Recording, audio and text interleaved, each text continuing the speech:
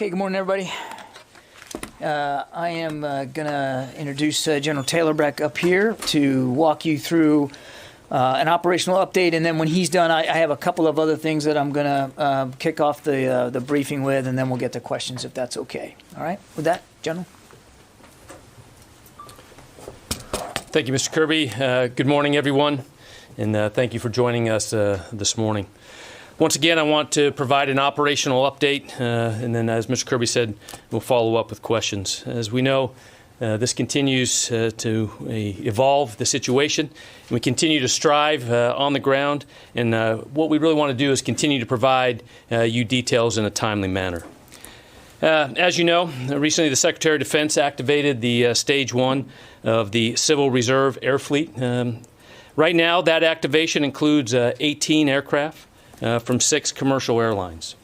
This will increase passenger movement from the intermediate staging bases, temporary safe havens, to the United States, while we continue to prioritize military aircraft for the transportation of individuals out of Kabul and out of harm's way. Please note, as I said, these craft flights will not be flying into Kabul. As of this morning, within the last 24 hours, 25 U.S. military C-17s, 3 U.S. military C-130s, and then a combination of 61 charter, commercial, and other military flights departed Kabul. The total passenger count for those flights was approximately 16,000. Of that number, the U.S. military transported just under 11,000 personnel. Our mission remains focused on ensuring a steady flow of evacuees out of Kabul to the intermediate staging bases and safe havens at our installations, continue to rapidly build out capacity as needed to ensure reception and providing humanitarian assistance. The use of temporary safe haven locations across Europe and the Middle East in areas that include U.S. installations in Qatar, UAE, Kuwait, Bahrain, Italy, Spain, and Germany. We deeply appreciate the support from these countries. This is truly a testament to the importance of our alliances and our partnerships. In the past 24 hours, 5 flights landed at Dulles International Airport with approximately 1,300 passengers. At this time, 4 military installations, as well as Dulles International, are receiving Afghans as they come into the United States. These installations include Fort McCoy, Wisconsin, Fort Lee, Virginia, Joint Base McGuire-Dix, Lakehurst, New Jersey, and Fort Bliss, Texas. The total number currently at these installations is approximately 1,200, and Northcom continues to build out capacity to ensure they are prepared to receive more flights that will come in the next few days. This is absolutely a worldwide effort which hits several countries, multiple commands, and thousands of service members across the joint force. Over the weekend, the airport in Kabul remained secure. However, as many of you have seen already, CENTCOM released a statement regarding an incident to report as no U.S. casualties or partner force or coalition forces were involved, but regrettably, an Afghan security force member lost his life. As the President referenced last night in his remarks, we are in communication with the Taliban for the establishment and sustainment of several checkpoints to increase throughput and facilitate safe passage for individuals working to gain access to the airport. Today, the number of troops at the airport continues to stand at 5,800. Commanders on the ground continue to actively monitor threats. They are empowered to make the appropriate force protection decisions. As always, U.S. forces retain the inherent right to use force in self-defense. We are using all of our available tools to maintain the highest threat awareness, both in Afghanistan and throughout the globe. While this mission is not without risk, the safety of our personnel, American citizens, and Afghan evacuees at risk is of paramount importance. To wrap up, we continue to make progress in the completion of this mission. Since the end of July, we have relocated approximately 42,000 people. Since the beginning of evacuation operations on August 14th, we have evacuated approximately 37,000.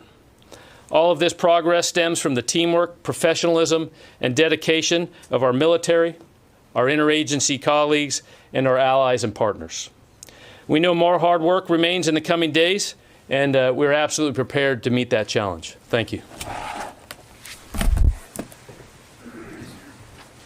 And just a couple other points I'd like to make. As you all are aware, the FDA approved full licensure of the Pfizer vaccine this morning. And as also I'm sure you're aware, back in August on the 9th, the Secretary articulated that it was his intent to mandate the COVID-19 vaccines upon FDA licensure or by mid-September to seek a waiver from the President. So now that the Pfizer vaccine has been approved, the Department is prepared to issue updated guidance requiring all service members to be vaccinated. A timeline for vaccination completion will be provided in the coming days. The health of the force is, as always, of our military and our civilian employees, families, and communities is a top priority. So it's important to remind everyone that these efforts ensure the safety of our service members and promote the readiness of our force, not to mention the health and safety of the communities around the country in which we live. A schedule item, Secretary and General Milley will be attending this afternoon the funeral for former Secretary of Defense Donald Rumsfeld at Arlington National Cemetery. Mr. Rumsfeld served as the 13th Secretary of Defense as well as the 21st. He also served in the United States Navy in the mid-1950s as a pilot and a flight instructor, and he continued his service as a reservist until 1975 when he became the Secretary of Defense for the first time. On behalf of the Department of Defense, we extend our deep condolences to his family, to his loved ones, and indeed to the country. With that, we'll start taking questions. Bob? Hey, John. Thank you. On the Pfizer vaccine Yeah. and the Secretary's intention to require it, he has not yet made that direction. And did you say there's not yet a deadline for doing that? What I'm saying, we're preparing now actionable guidance to the force. We're going to move forward, making that vaccine mandatory. We're preparing the guidance to the force right now, and the actual completion date of it. In other words, how fast we want to see it get done. We're working through that guidance right now. Okay. Can I ask you a question on Afghanistan Sure. also? A couple things. One is you've said, I think General Taylor has said a number of times as well, that the military's airlift capacity at the airport was in the neighborhood of 5,000 to 9,000. I see now you've now gone beyond that, at least yesterday. Yeah. Can you say what the capacity has grown to? And also, can you explain a little more about the perimeter issue that the General alluded to very briefly when the President yesterday said something to the effect that the perimeter had been moved back significantly to facilitate entry. Right. Can you explain that? So a couple things, Bob, on the capacity thing. You're right. We had set a goal of 5,000 to 9,000 a day. Yesterday we exceeded that. We're not taking anything for granted, Bob. We're taking this day by day. We'd love to see those numbers continue to rise, but we're going to just take it day by day. There's a lot of factors that go into be able to reach that output capacity, to include temporary safe havens that you can bring these individuals to as they complete their screening. And the screening is a big part of that. We have intelligence and law enforcement personnel at these sites making sure that a robust screening is done of these individuals so that nobody comes in the United States that hasn't been screened in a robust manner. And so there's lots of factors that affect throughput. We were very glad to see that we were able to get that number out yesterday, but we're going to take it day by day. Day by day. So the number of aircraft that are available at Bing? I think you briefed the number of aircraft was like 20. That was the craft. Yeah. No. But I mean, the same number of aircraft are about available on any given day. I mean, we can get up to, on a given day, you can get up to about 30 C-17s. That doesn't mean that 30 are going to fly every day. And we were under that yesterday and still was able to get out, we're still able to get out more than 10,000. And then the perimeter question? The perimeter question, and I think the general addressed this a little bit in his opening statement. Without getting into tactical details here, Bob, and I think you can understand why we wouldn't do that. We are very interested in making sure that access to the airport remains as fluid as possible, particularly for American citizens trying to get in, as well as our special immigrant visa applicants. And there's a lot of factors that go into making sure that access remains secure and that we can facilitate it. And what the president was referring to was efforts to improve that access from a geographical space out beyond just the perimeter of the airfield. And I won't speak to the details of how we're managing that, but you can imagine thus far and going forward, it does require constant coordination and deconfliction with the Taliban. Yeah, so it absolutely is going. It's absolutely requiring of us to keep these lines of communication with the Taliban open, who do have checkpoints out beyond the airport. And what we have seen is that this coordination has worked well. This deconfliction has worked well in terms of allowing access and flow to continue, as well as reducing the overall size of the crowds just outside the airport. And those crowds have been a factor, Bob. You heard me talk about this the other night when, several days ago, one of our commanders used a helicopter to bring people in, and it was largely because of the crowd size outside the Abbey Gate. So crowd size matters here, too. And that's what the president was referring to. Sylvie. I have two questions. I would like to go back to the incident. Can you be a little bit more specific and tell us if you can rule out that the attackers were Taliban first? And I would like also to go back to the deadline. The French foreign minister said today that it's, quote, necessary to continue the Afghan evacuations beyond August 31st. Cannot rule out who the hostile actor was in this shooting incident last night. I think, as you saw, Central Command statement referred to it as a hostile actor. We don't know more than that. And this just happened, Sylvie, so I don't know when we'll have more forensics on this.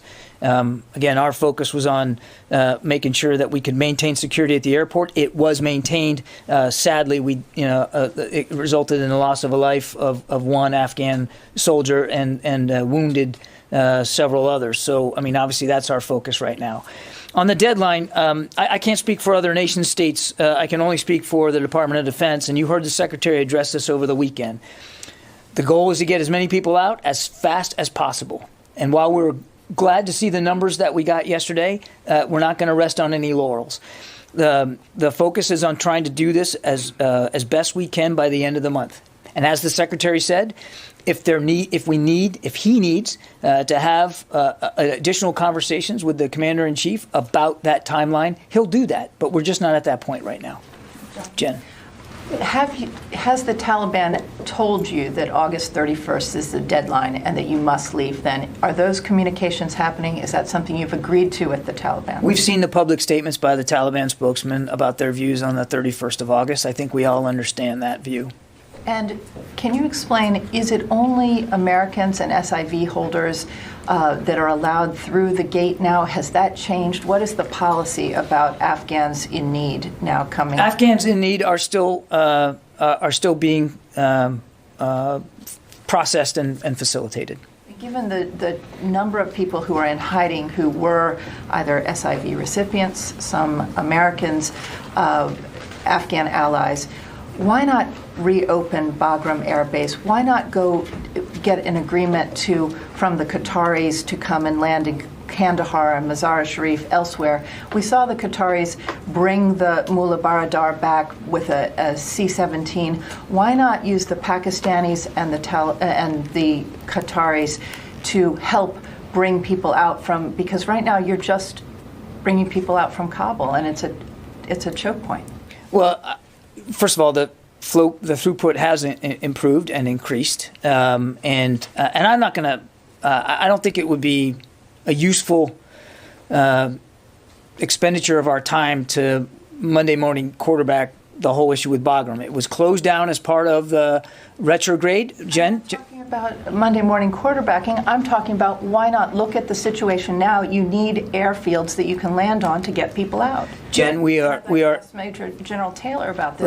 Let me try it first, and then I'll give it to the general clearly. We are improving our throughput at Hamid Karzai International Airport, and we think that we will be able to continue to try to improve that. That's the goal.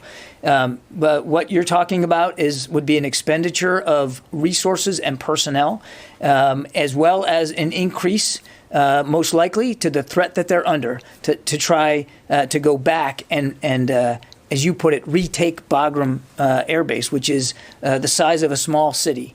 And I understand a lot of people have views and opinions about this. It was closed down as part of the retrograde. It was always supposed to be closed down as part of the retrograde.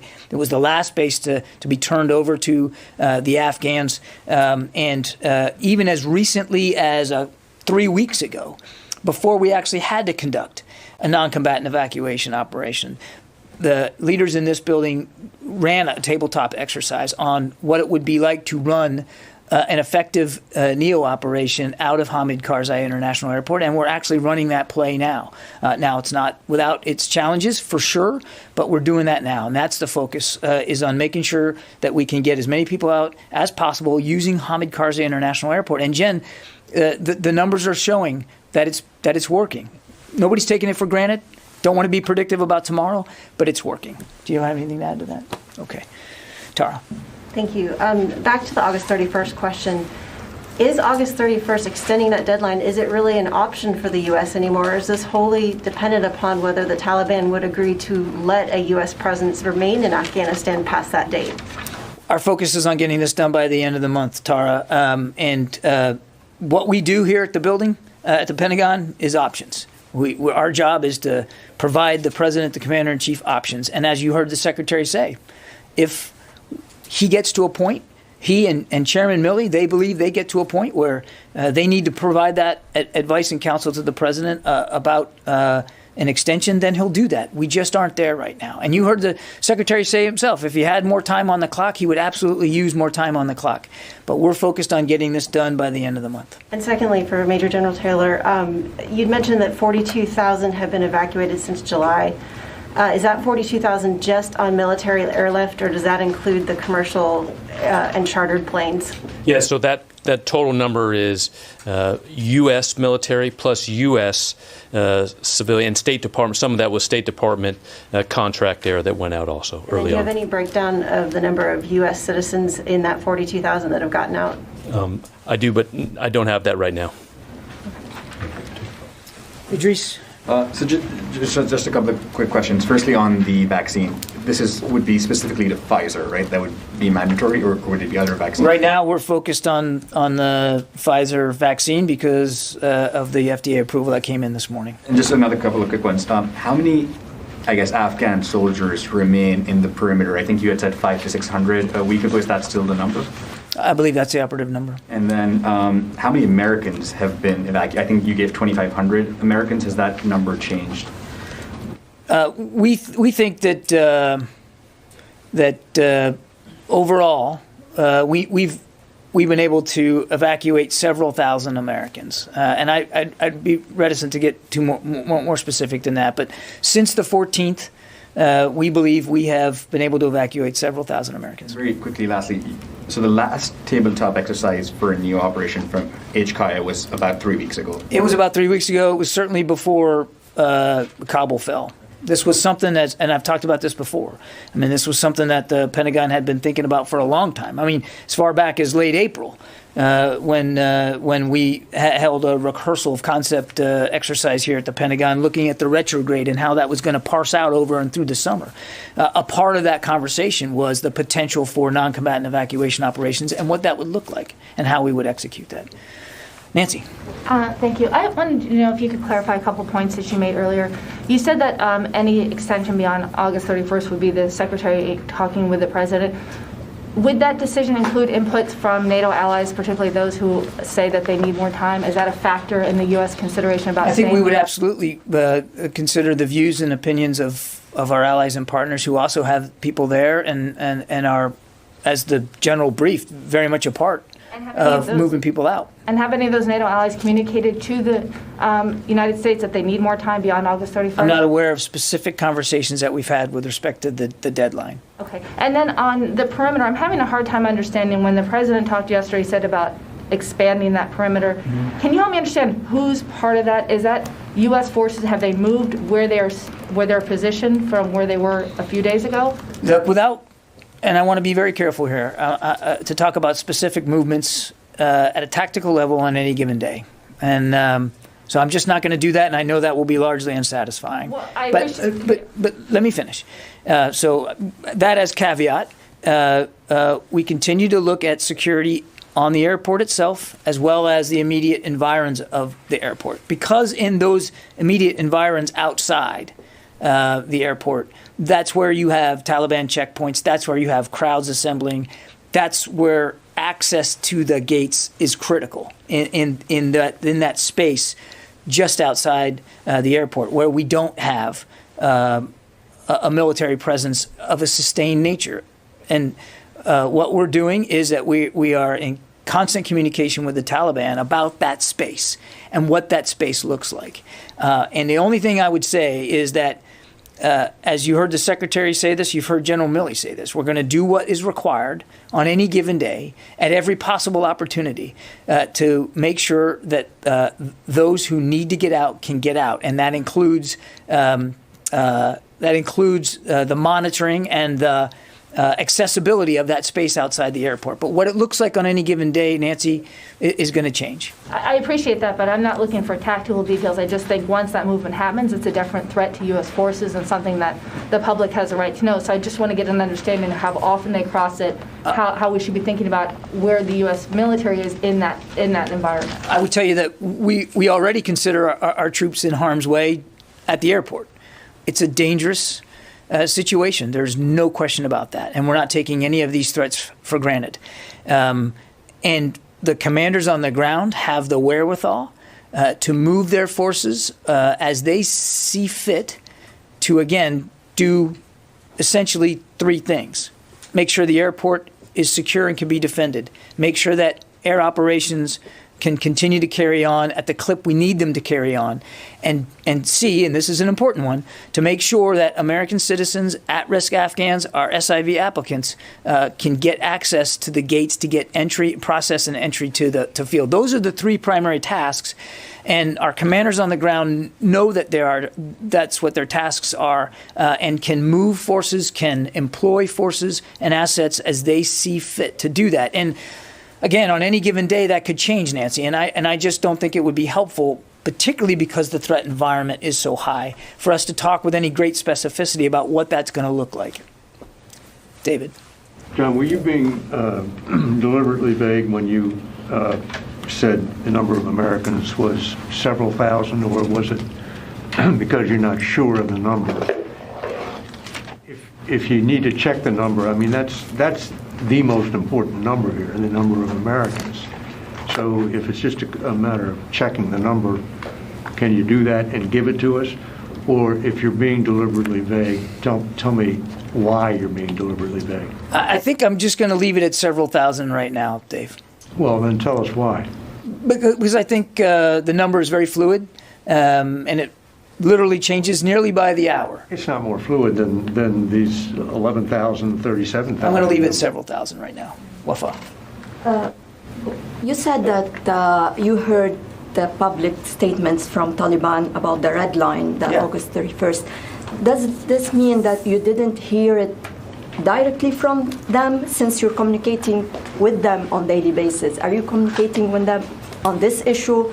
Did you tell them, discuss with them the need for maybe extending the August 31st? I'm not going to speak to specificity with the communications that we're having with the Taliban on any given day. It happens several times a day. We are well aware of the stated desire by the Taliban to have this mission completed by the 31st of August.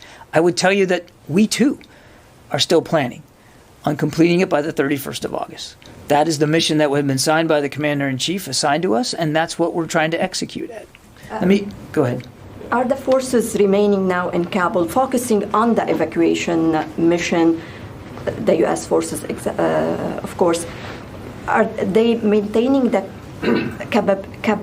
capability to maybe deal with a threat from Taliban beyond the August 31st deadline, or maybe attacks? Yeah, again, I appreciate the question in terms of hypothesizing past the 31st.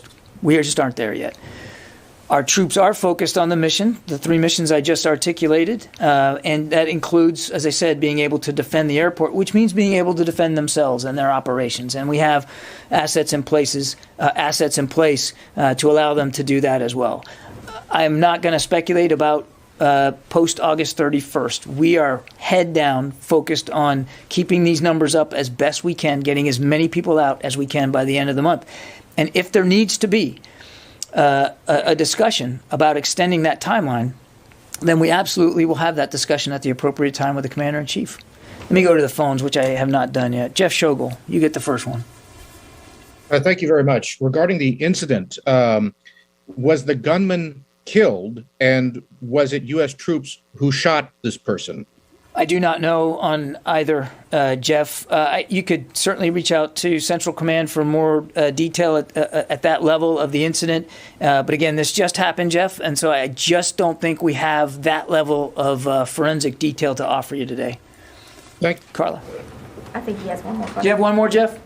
Oh, yes. I'm sorry. From what we're hearing on the ground, only American citizens and green card holders are being allowed into the airport. Do you know when that will change and Afghans at risk will be able to enter?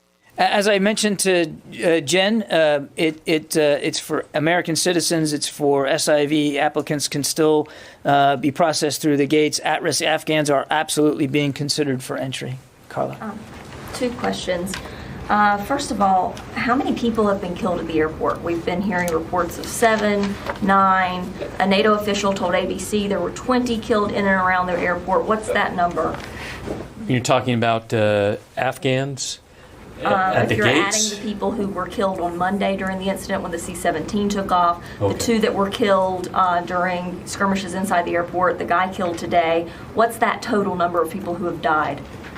Less than the number. I don't have exact numbers of that, so I can't answer the exact number right now. Can you take that question and get back Sure, to us on Yeah, that? absolutely. And then also you had mentioned, sir, that the capacity was 5,800 troops at the airport right now. And then the Secretary of Defense had told us last week that he did not have the capability to go out and do extractions because there's just not enough troops. They're defending the airport. Have you asked for authorization of additional troops to go into the airport to help with potential extraction should it come to that? Yeah, I think use word capability and the actual troop number, I think, are 2 different things. So we have approximately 5,800 forces. And as I briefed over the week, as forces flowed in, capability continued to increase.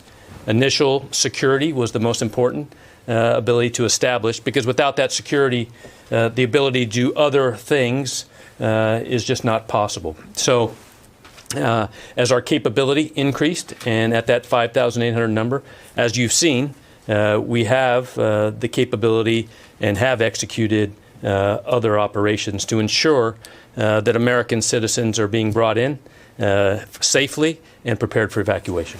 So just so I can understand what you're saying, just to recap, you think that at 5,800 troops, the U.S. has the capability now to expand the perimeter at the airport and continue all of this or to do whatever the president had mentioned with the opening up the perimeter, and also to do extractions if needed, or are you going to ask for authorization of more troops? And what I said is at 5,800, we're able to continue to secure the airfield, continue to increase safety there, and continue to do the operations that we already have. And Carla, what the Secretary said was that where he was on last Wednesday, that we didn't have the capability to do large-scale, massive movements of people, but he did say if there's an incident where somebody's in extremis and we need to get them in small numbers, we can do that, and we have been doing that.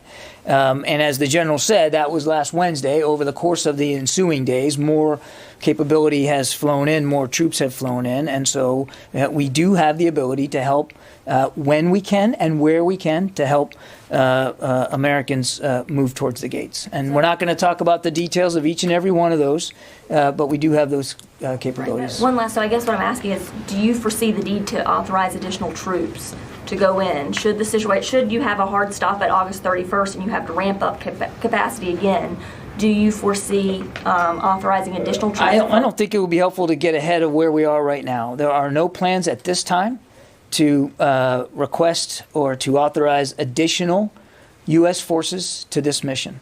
Courtney. Are U.S. troops leaving the airport on a regular basis? I still don't understand what's going on. Courtney, on occasion, as needed, our commanders have the authority that they need to use their assets and their forces to help assist Americans who need to get to the airport on a case-by-case basis. Your question was leaving. Are they leaving in a leaving regular. It's not regular.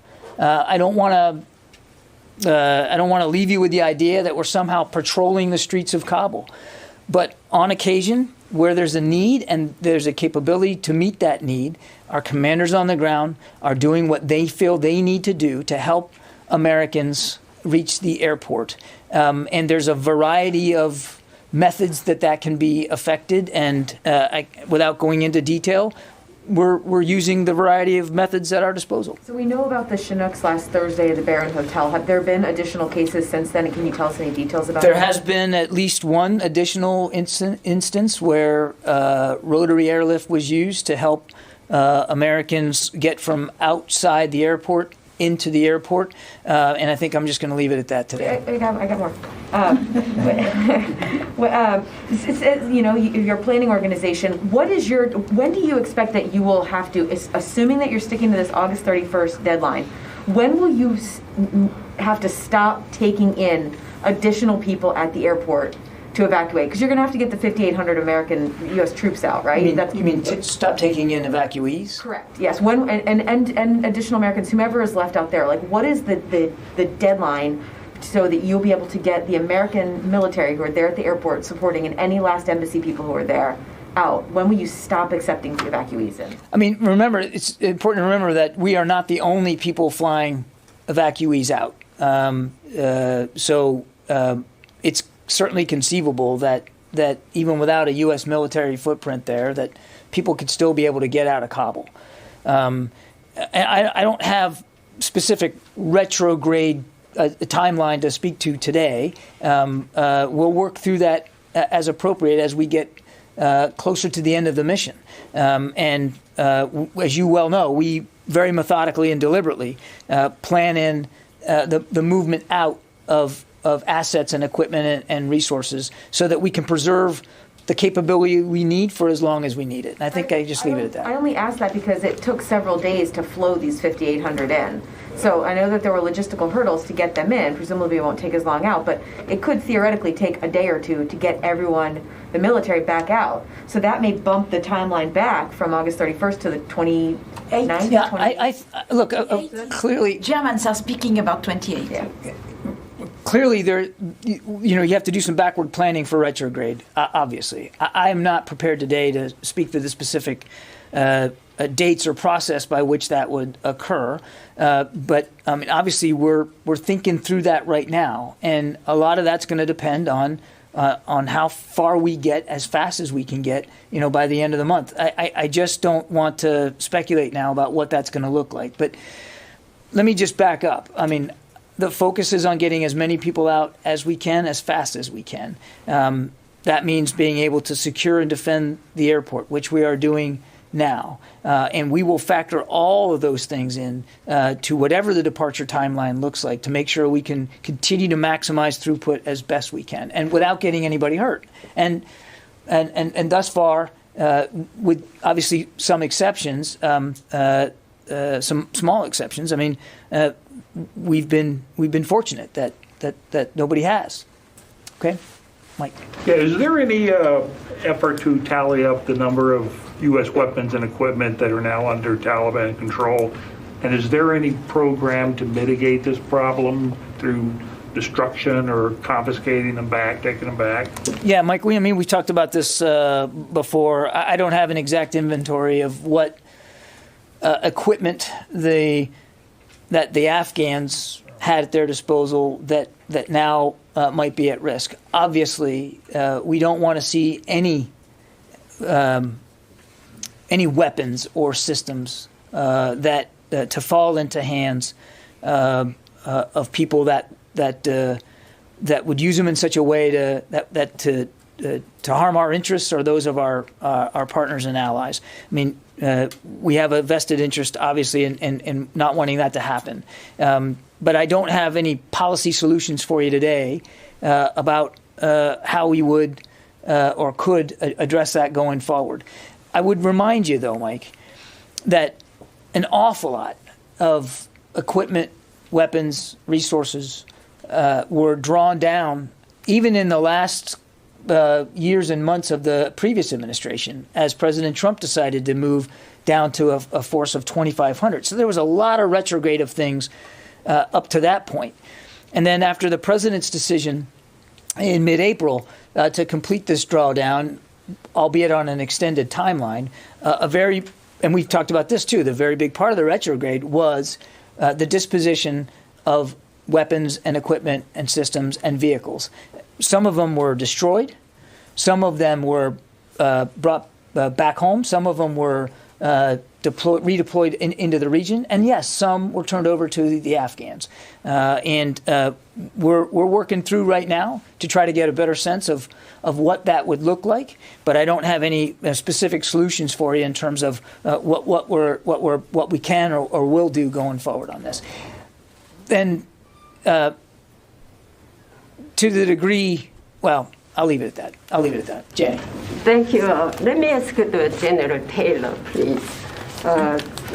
General Taylor, the United States has requested South Korea to help accept Afghan refugees. Do you have any more detail on this?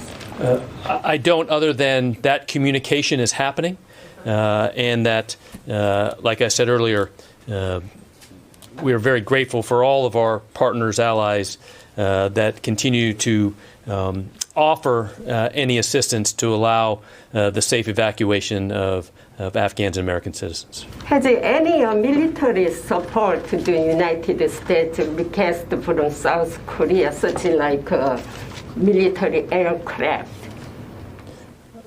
I don't know how many Republic of Korea aircraft have been used. We've had, as you said today, a lot of countries have been supporting, and we appreciate that. But I don't have the number offhand. Can you take that question? No. Thank you very much. All right. Back to the phones here. Kim Dozier. Thanks, John. I wanted to ask if you were, given the short amount of time left, just 7 days, are you going to allow private charters to start landing in greater numbers at HKIA daily to pick up Afghans at risk? Because even by conservative math, you can't possibly move all the American citizens out in just 7 days, much less the green card holders, the Afghan special operators, et cetera.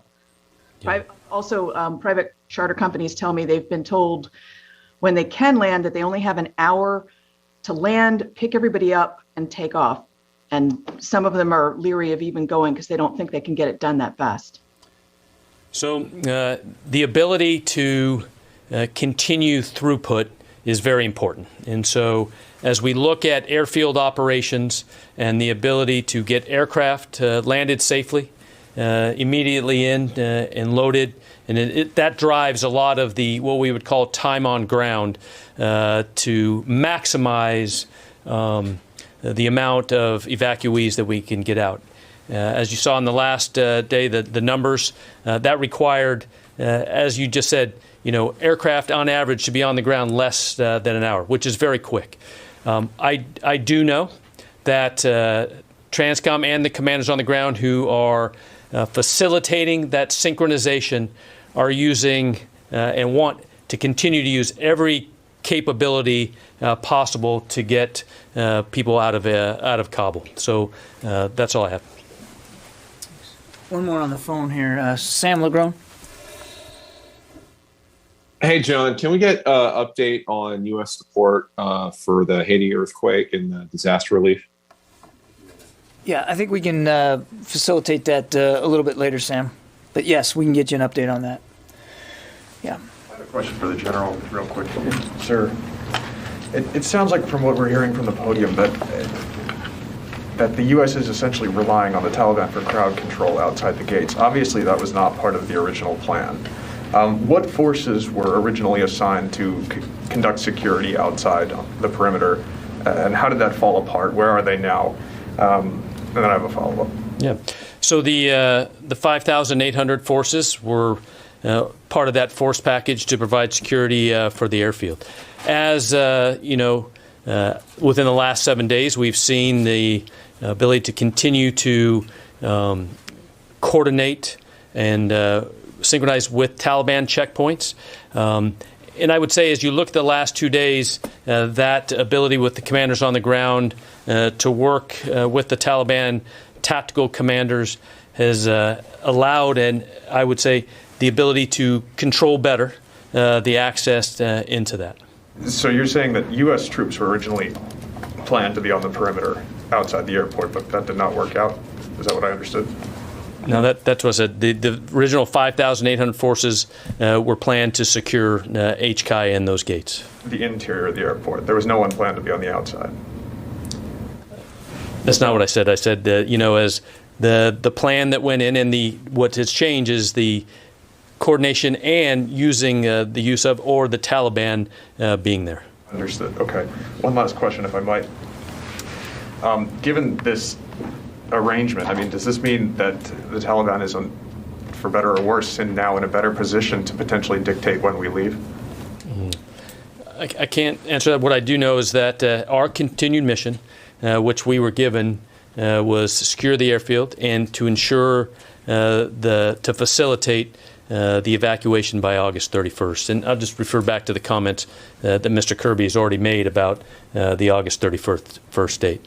Sure. Yes. Yeah, I mean, we've covered this pretty well about August 31st. Megan?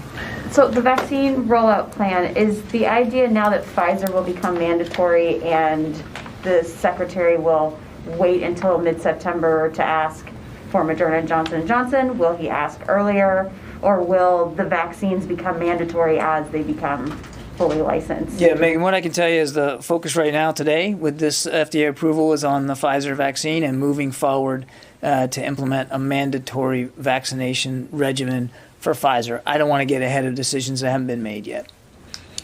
Yeah, Dan. I'm sorry. Mike, sorry. Thanks, John. You guys with the masks on, I'm getting everybody confused. Go ahead. Can you speak a little to any COVID prevention that's going on at the airport? Are evacuees being tested before they get on aircraft? Are they being tested in intermediary countries? Yeah, good question. As I understand it, medical personnel at Hamid Karzai International Airport are conducting COVID screening for those who are febrile or symptomatic, and then, as appropriate, depending on what the temporary safe haven, what the guidelines are at the temporary safe havens, additional screenings at some of those safe havens occur, and then upon arrival at the United States, all passengers are being tested upon arrival, and then medical professionals make the proper decisions after that. Are there any concerns about positive testing for soldiers on the ground? Of course, there's. Or have there been any examples of soldiers testing positive? I have not. I don't have that level of detail. I don't know what positive results may have come in for soldiers working at the airfield, but obviously their health and safety remains a top concern for all of us. Yeah, Louis. A clarification at the top. I think you announced that Joint Base McGuire-Dix Lakenhurst is now accepted. That is correct. Is that an addition? Is that something new? That is one additional base. We had been talking about 3 prior to that: Fort Lee, Fort McCoy, Fort Bliss. Joint Base McGuire Dix Lakehurst is now available to receive some of these SIV applicants, and with the 4 bases, our goal would be is to reach the ability, not necessarily the actual count, but the ability to build out to about 25,000 capacity. We aren't there yet, Louis. It's going to take days and weeks, I think, for all 4 to be able to combine to get to that level, but that's the goal as we are right now. And the other thing I would say is if the Secretary, in communication with the Chairman and with General Van Herk at Northcom, feels like we need to add to that capacity and add to the list additional U.S. military installations, then we'll do that. But right now we're at 4. And what is the current number of individuals who are at those 4 bases? I do not have that. We can take the question, and I'm sure Northern Command would have you a better number than I do right now. Okay, and my last question is this. I apologize for asking 3. It's such an effort to get into the airport, and some people are lucky to get in. But now we're hearing that the food supplies, the water supplies, sanitation, hygiene are really bad inside the airport, and so bad that some people are actually returning to go outside the perimeter. So my question is this: how can you prevent a humanitarian crisis inside the airport as this goes on and on? Mm-hmm. Yeah, fair question, Louis. I'm going to let the general take it, and I think you had the number too for the installation. So that was in right now in the opening comment, right at approximately 1,200 have entered into the United States. As we talk about the conditions and the ability to continue to provide a humane and safe peace on the airfield, as you see some of those flights that continue to come in to Kabul, those are bringing those supplies in. So as those supplies are used, we are continually replenishing those to ensure that we have food and all those things that are needed, water for those that are preparing for evacuation flights. So, the last 48 hours, we had a lot of folks on there, which is a good thing. Right? That means we have gotten people through the gate, we've processed them. That means we have people safe, then we can fly out. The commanders there are always assessing what the requirements are to ensure that safe and humanitarian environment. And I would just add, Louis, we're mindful of these reports too. It's not lost on us. There's a lot of people, and they are desperate. And we are trying to do the best we can to get them out of harm's way as fast as possible. And when you have a throughput problem, it means that some people are going to be stuck in a given location, whether it's at Hamid Karzai International Airport or Qatar or other temporary safe havens. Nobody wants to see this go on for any longer than it has to be. And believe me, nobody, more than the U.S. military and our troops, want to see anybody suffer any more than they have to. And we are very aware that there are and have been some sanitation issues, as well as issues of sustainment. And as the general said, we're making that a priority as we float. Some of these planes are coming in with that material on it, that kind of support, and then they're leaving with people. We're doing the best we can under extraordinary circumstances. And believe me, the pain and the suffering, the fear, the anxiety, all of that, none of it is lost on us or our troops. Jen. Received a report that the British evacuation commander in Kabul, Vice Admiral Ben Key, has been locked out of all negotiations between U.S. CENTCOM staff, 82nd Airborne, and Taliban commanders, and that there's a great deal of tension right now between the Brits who are sending people outside the airport and members of the 82nd Airborne who want to join them. What is happening with our British allies? Is this report accurate? And supposedly there was supposed to be an 82nd Airborne jump into Bagram Air Base to open that field, and that was shut down by the White House. Is that accurate? Jen, I have first that I'm hearing these reports. You're going to have to let me go back and look at this. I don't know. The only thing I would you mentioned that the Brits who want to go out, we are doing it as well. We are going out as needed and helping Americans get into the field. You only described one of those instances to Courtney with There one have, rotary. she asked me specifically about airlift, and I mentioned one using rotary wing aircraft. That doesn't mean it's the sum total of what we're doing to go out and try to bring and assist Americans coming in. We're just not going to detail all of them because the threat environment is so high. As to these reports, first I've heard, you'll have to give us a little time to dissect this and come back to you. Yeah, in the back. Yeah, there are reports that some of the equipments that you left and have landed in the hands of Taliban are going towards Pakistan. Do you have that report as well?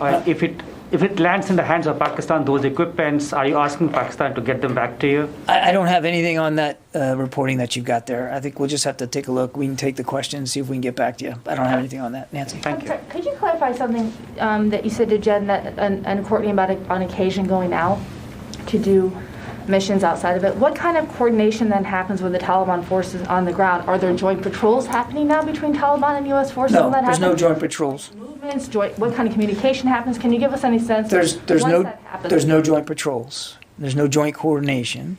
But obviously we are in communication with the Taliban about their presence and where it is around the field.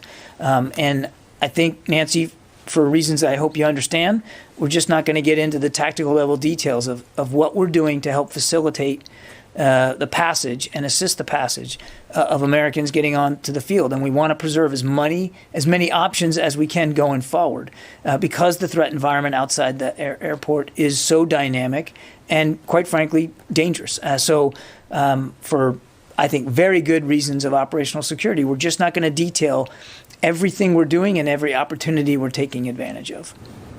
I do appreciate that. I just want to understand if the U.S. forces are side by side with Taliban. I'm trying to get a visual of what it looks like. That's all. No, we are not out there side by side with them. It's not about joint patrols. So you can erase that visual. That is not what's happening.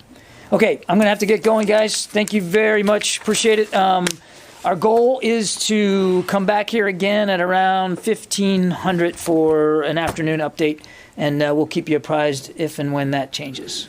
Thanks very much. Thank you. Yes.